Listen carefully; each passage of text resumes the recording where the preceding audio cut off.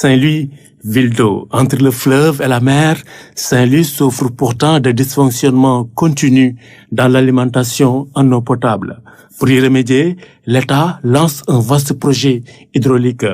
Je suis heureux de lancer les travaux de reconstruction des 2 châteaux d'eau sur la partie nord de l'île pour un coût global de 2,9 milliards de francs CFA, toutes taxes comprises, et sur les fonds propres de la SONES. Ce qui signifie que ces 2 tours d'eau potable que nous voyons seront remplacés par 2 autres châteaux d'eau. 2 châteaux d'eau reconstruits d'une capacité de 2000 m3 d'eau vont prochainement renforcer le réseau de la SONES.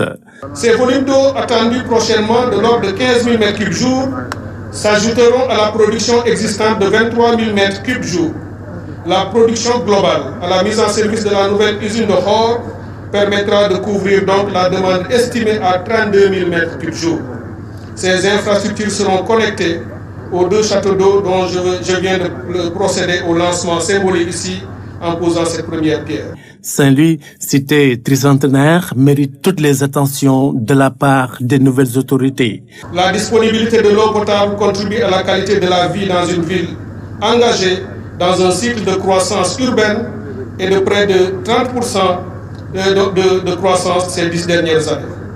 Elle entrevoit également des perspectives de croissance plus soutenues avec l'exploitation du gaz. Ces travaux de renforcement de l'alimentation en eau potable sont du reste bien accueillis par les autorités locales.